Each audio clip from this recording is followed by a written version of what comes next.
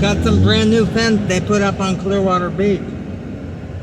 Look at that. That fence was expensive.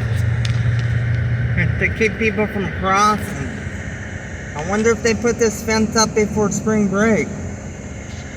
I haven't been down here in a long time. I wonder if the people are crazy enough to climb over that. It's kind of too high. It's right at 4 foot, it looks like. Never seen this ever before. But I haven't been down here in a while. This is the main road down through Clearwater Beach, Mandalay. I think it's Mandalay Avenue. Yeah, all that's brand new fence.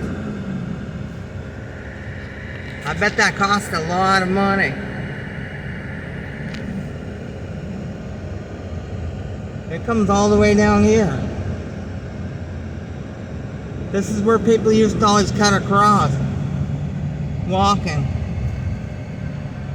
That's the end.